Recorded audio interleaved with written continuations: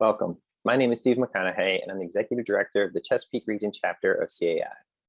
To keep our members informed of important issues, we are recording short webinars on critical topics within our region. Our first webinar recorded was on the topic of installing charging stations for electric vehicles within associations and condominiums. If you would like us to provide additional recorded webinars or information on this topic, please let us know. This 30-minute webinar was moderated by Noni Roan. Noni is the Vice President and Regional Account Executive of Community Association Banking at CIT Bank, a division of First Citizens. She is responsible for business development of association banking products and services in Virginia, Maryland, and the DC area. Noni has over 12 years of experience as a portfolio manager prior to moving into the banking industry. She has also served as the chair of our education committee at the Chesapeake Region Chapter, as well as the co-chair for the membership committee at the Washington Metro Chapter. Hello, everyone, and thank you for joining us. The purpose of this webinar is to provide you information on the electrical vehicle charging stations, why they are needed, how to plan, how to find a contractor, what decisions need to be made, and how to get help paying for it. So I want to introduce our two speakers on this today. Our first speaker is Paul Verchinsky. He's a civil engineer by training, and he's a member of his HOA board.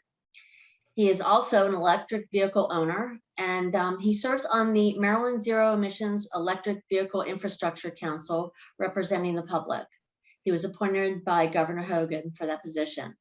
He's a member of various Public Service Commission working groups dealing with the 5-year pilot for electronic vehicle charging installations at residences, multi-unit dwellings, and public chargers by the 5 utilities in Maryland. He's also the former Director of Planning for the Federal Transit Administration. Thank you for joining us, Paul. Thank you. Our second speaker is Joe Jordan. Joe is responsible for the oversight and direction of the Community Association Management team at Tidewater Management. He became involved in the association management in 2000, when he was hired as an association manager and worked as a senior project manager for a leading engineering firm. Long-standing member of CAI and served as a president of the Chesapeake chapter in 2012. He is experienced in managing both condo and associations. Thank you, Joe, for joining us. Nice to be here. So let's just start off right at the beginning. Joe, I want to ask you, why should a community consider putting in electric vehicle charging stations? Well, I think we all know electric cars are the future. They're coming whether you like them or not. We're seeing more of them on the road every day. The government is investing heavily in them. So they're going to come, and association managers are going to have to plan. Communities are going to have to plan.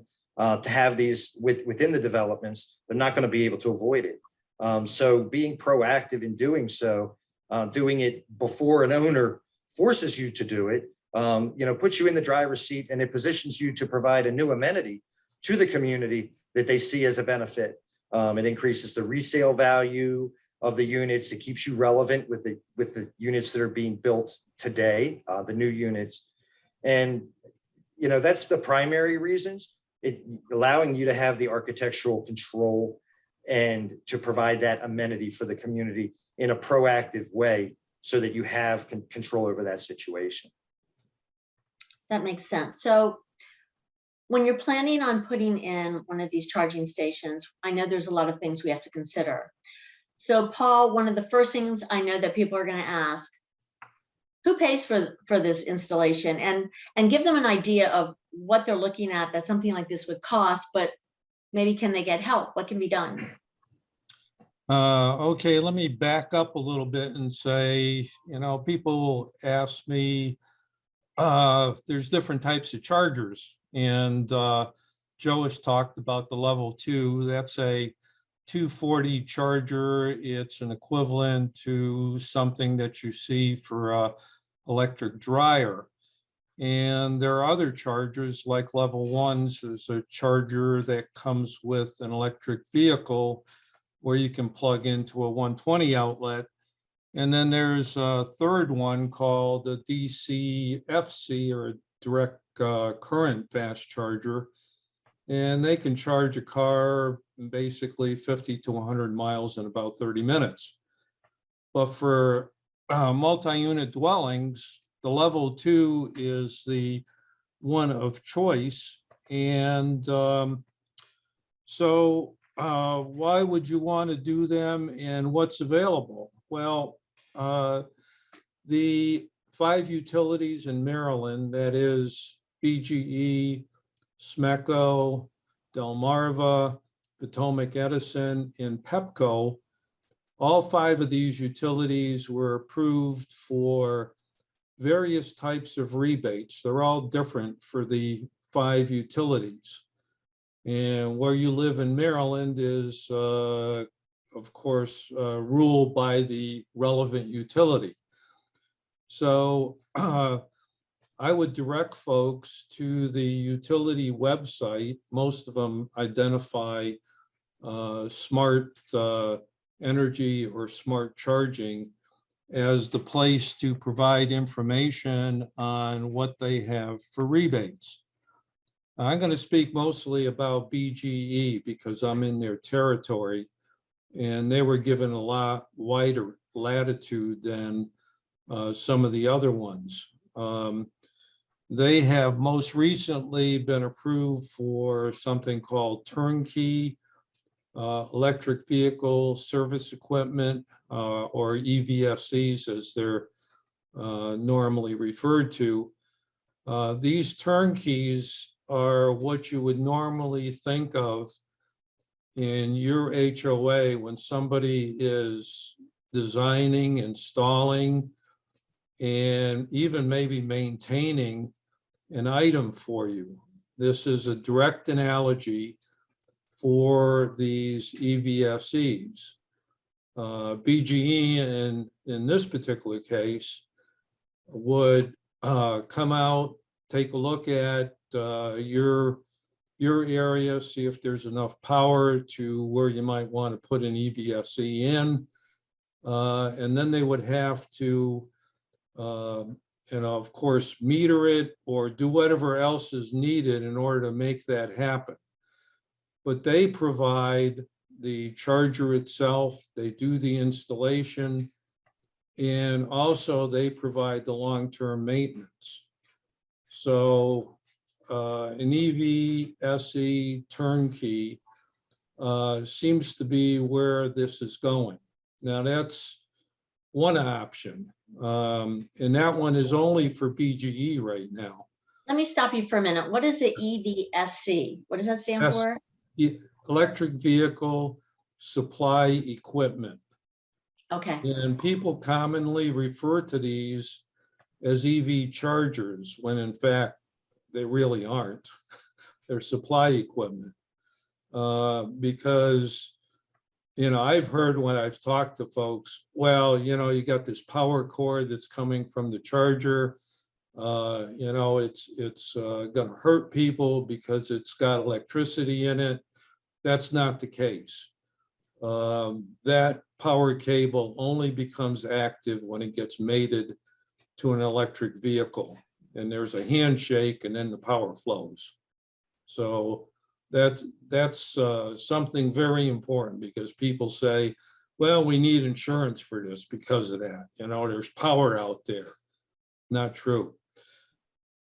Getting back to what BGE also provides in the way of rebates, they have been approved for multifamily offerings, including a rebate for 50% of the cost of eligible EV charging equipment and installation, up to $5,000 per port for the level 2 EVSEs, and with a maximum of $30,000 per site. So that's pretty attractive. Now, rebates themselves are also available from the state of Maryland, from the Maryland Department of the Environment. And those are typically for up to 40% of the EVSE costs. So you can layer what you get from the utilities, also do an additional one from the state.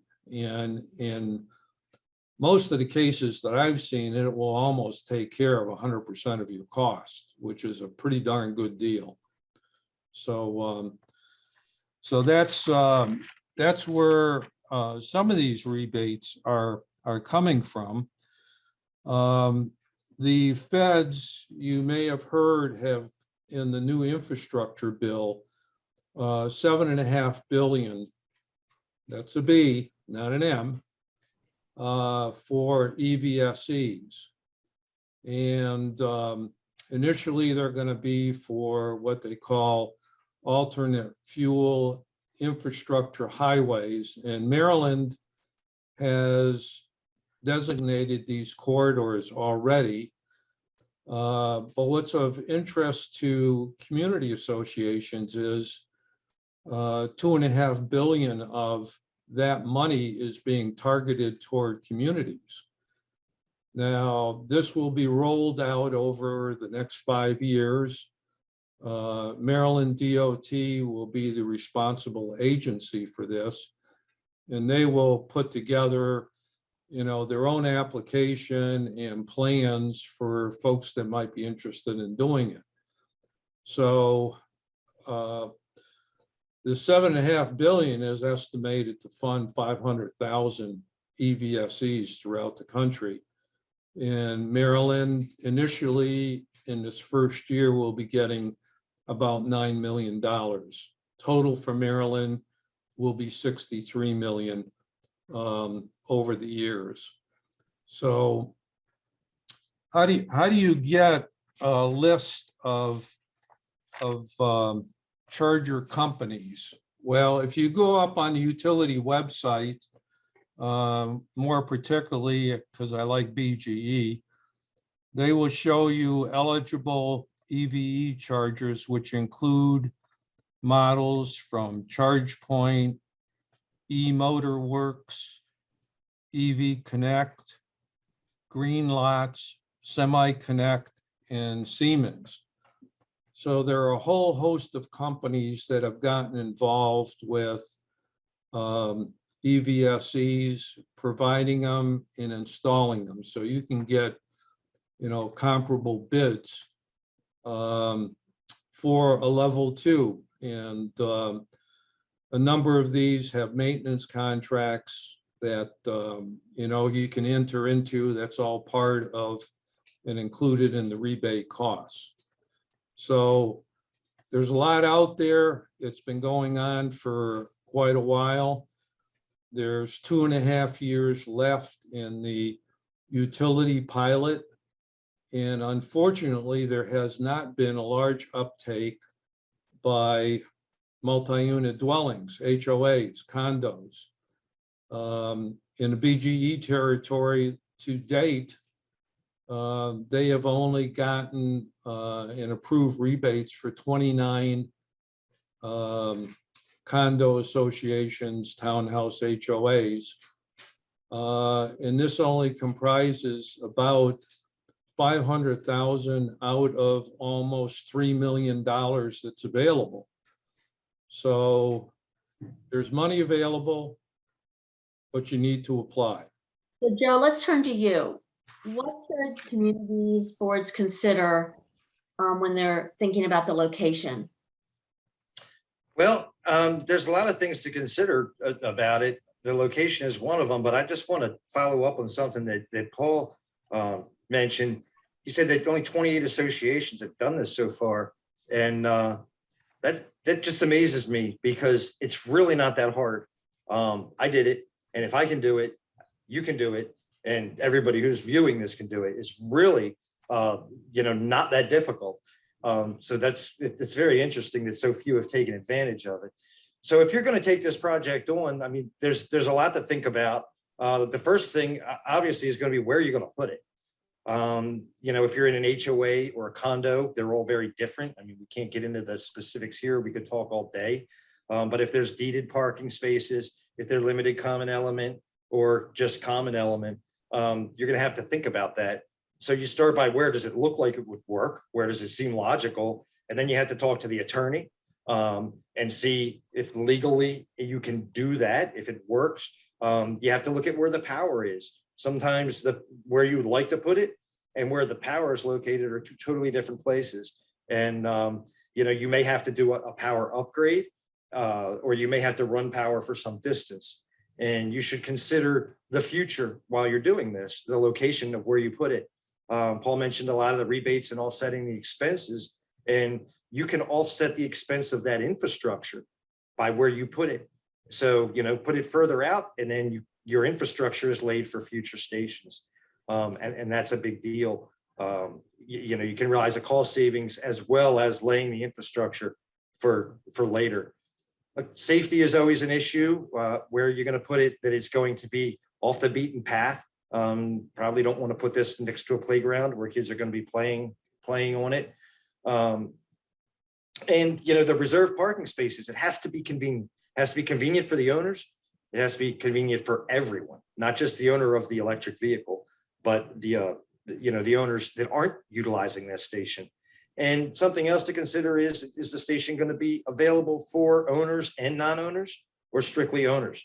And they can be regulated that way, so that you can control who is actually using that station. And that's something else to consider. If you're going to have it open to the public, you may want it right at the entrance so that people can come in and use it and leave without having to travel through the entire community. So I have a question. So if this isn't going to be actually somebody's parking space, they pull up, they charge it. When it's charged, they could park somewhere else, correct? Correct. And that was one of the big things when we installed it at the condominium. There was, what happens if someone pulls their car up there and they just use it like a regular parking space, or they plug in and then they never unplug and they just claim it as their own spot. And there is an understanding, I guess, amongst electric vehicle owners that, they're courteous to each other. They appreciate the fact that when the vehicle is done charging, you move it so that someone else can use the charging station. But also the software that comes with the stations are very, very savvy. You have to scan your card or enter your code in order to get the electricity, and then it'll notify you when the vehicle is charged. You get a notice on your phone, your charging is complete, and you can actually charge a fee if someone leaves their vehicle hooked up for a prolonged period of time. So you charge for 3 hours, it's done. It sends you an email. You leave it there for 3 more hours. You can start and use it almost like a parking meter to deter that behavior. But I've heard or seen of no real problems with that. Obviously, if there's no parking space available, a regular vehicle can park there. A gasoline powered vehicle would take the spot where we installed our station because it's still within the community. But they're the last spots that are taken, obviously, and now they're used by electric vehicles quite frequently. So it's just, viewed as a reserved spot. Well, that's good to know. Paul, would electric charging stations apply to all types of communities, townhomes, condominiums, single family? Yes, they would. I have a single family home, and if you don't have a garage, you might have a carport. You can always put them, in the carport or on a stanchion in the carport. In my particular HOA, we recommend that people put them in their garages. That cannot work for some folks, especially if they have 2 cars and they want to be able to charge them both at the same time. So they might put a stanchion in that has 2 plugs so that they can charge both electric vehicles at the same time. So the issue that then comes up is where do I get the power? Well, you have a service panel dedicated for your single family house. And in some cases, it would require an upgrade to your service panel, but there's some neat things out there right now where you can put in something that's called a simple switch that is in place of like a 240 electric dryer circuit that you currently have. And it will switch back and forth. If you're not using the dryer, it has a charge cord, and it will charge your car, so you don't have to go ahead and totally replace your service panel. I mean, it's a smart switch, for want of a better way to put it. If you have a townhouse, in a lot of cases, you will have garages for those. But again, the meter may be outside. You may have to put in a ditch with conduit and put a charger stanchion at your parking place if you have dedicated parking. But there are ways to also handle that. I've heard in some cases where people have actually agreed to switch parking places so that they can put an EV charger in directly opposite their townhouse, even though that is not their reserved or assigned parking place. So people are pretty amenable to this. When it comes to condominiums, in some cases you have central electric charging, other places you do not. That would require an electrical contractor to come in and do an evaluation. If you have structured parking, it's fairly easy to run conduit and put electric vehicle chargers on walls. And all of this is eligible for rebates. So, I strongly encourage folks to look at what they have initially, to take the simplest route, but also keep in mind that the electric vehicle manufacturers are looking at hundreds of billions of dollars in investments, and a number of them have already said that by 2030 or 2035, they're not going to be building any more internal combustion engine cars. So your parking spaces over time will have to be converted. You can either make it easy on yourself by looking further in advance, or you might kind of scratch your head later on and say, well, I really should have thought of this early on. Noni?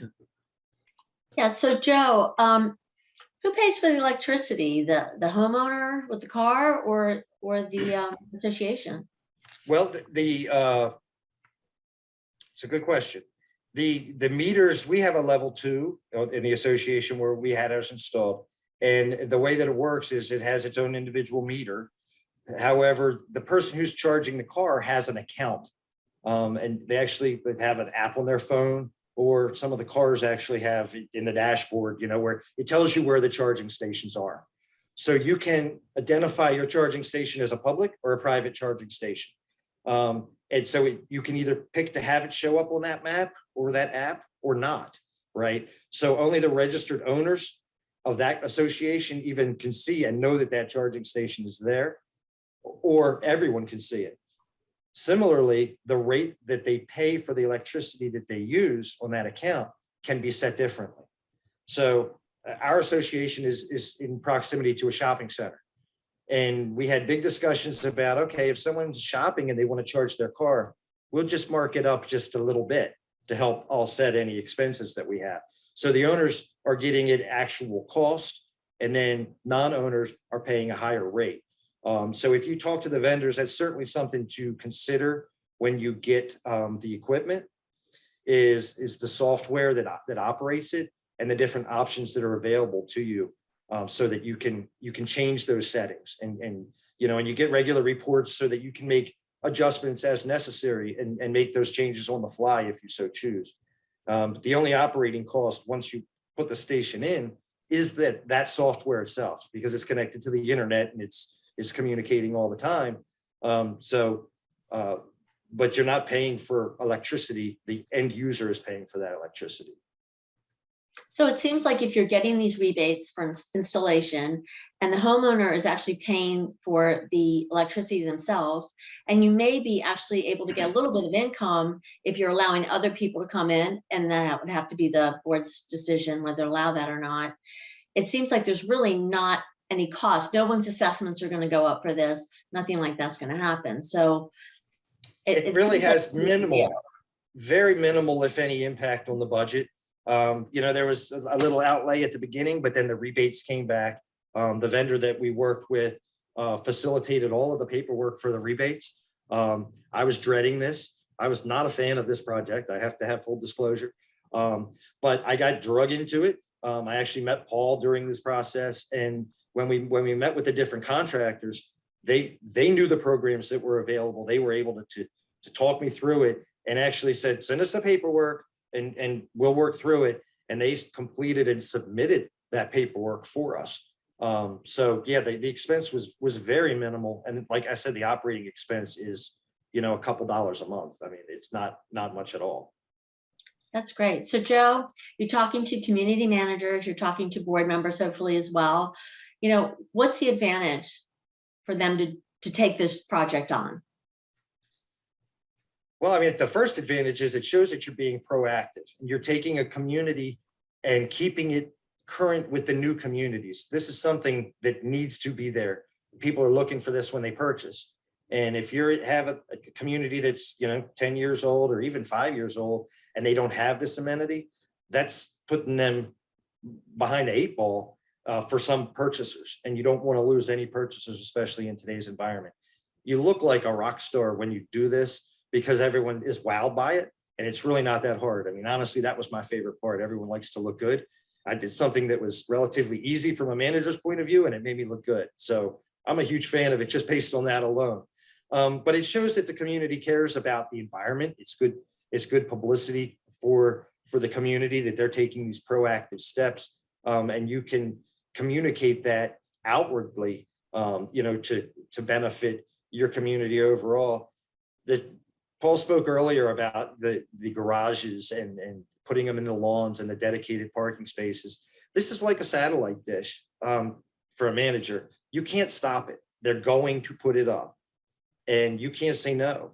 So by taking this step and going through this process, you're establishing the standard. And the board is thinking about it and going through this exercise.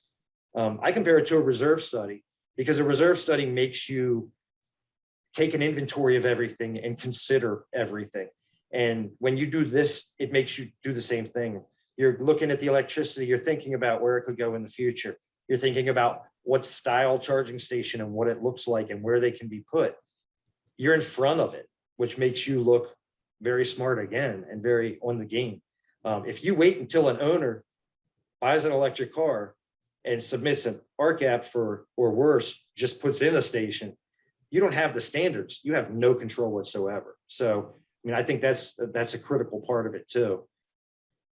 So, and you can save the community a lot of money by doing it now. As Paul said, there's grants available. There's plenty of money there. They're looking at moving a lot of it towards highways and in special corridors and things like that. But right now that money is there. And so few communities have done it already. Go get the money, go do the project, have your community benefit by something proactive. As managers, we don't get these opportunities very often. We're in a reactive mode. We're always dealing with the issue at hand. And to be able to initiate something like this, get the community involved in it, and do it at little to no expense to the community is a very big thing. I mean, it's a big thing for the manager, for the management company, for the board, and for the owners. Like, everyone benefits. That was a really good point. I'm glad you brought this up. This is why the Chesapeake chapter decided to do this webinar and something quick, because we know that money's out there. We want our communities to be aware of it and take advantage of it if they can. So Joe, what would the next steps be? If somebody's thinking, our community should do this, what should they do? Well, I think the very first step is to start talking about it. Bring it to the board, poll the community and realize that the initial response from the community may be, I don't have an electric car. No one has an electric car because there's nowhere to charge it. It's part of the reason they don't have an electric car. But if you present it to them that, it is an asset to the community, it is an amenity, it's something that we're able to do proactively, they're going to like that. So you have to communicate and get the community on board, and then start doing your research, start thinking about where you're going to put it, meet with a contractor and figure out what makes sense. The first place we thought was great wasn't great at all. It was really actually a very poor location. And based on the information we got from our professionals, our business partners, they were like, no, we've done that before. You want it over there. I'm like, what's over there? So, you have to engage those people and just keep everyone engaged through the process as far as the community goes, so that they understand. Because people celebrated it when we got it, even though they didn't use it. It was an accomplishment for the community. And I think that's really the first step. The hardest part is the architectural aspect of it for individual owners, because depending on the community, the community I was involved in has a condo building, and then they have townhomes. The townhomes have a different standard, and establishing that standard is tough, and that requires a lot more work. So you want to start on that as early as you can as well. So I want to tell everyone who's listening to this, I want to thank you for listening, and also to let you know that if you want more information on this topic, we're going to provide you a website. But also, if you would like us to do a follow-up seminar on this, because you would like more information, we might be able to bring in an engineering firm who's installed these. We're happy to do that, but we just need to hear from you and know if that would be of interest. We're going to provide you with the website so you can look into this. And also, please contact the Chesapeake chapter and let us know if you need any more information. Thank you.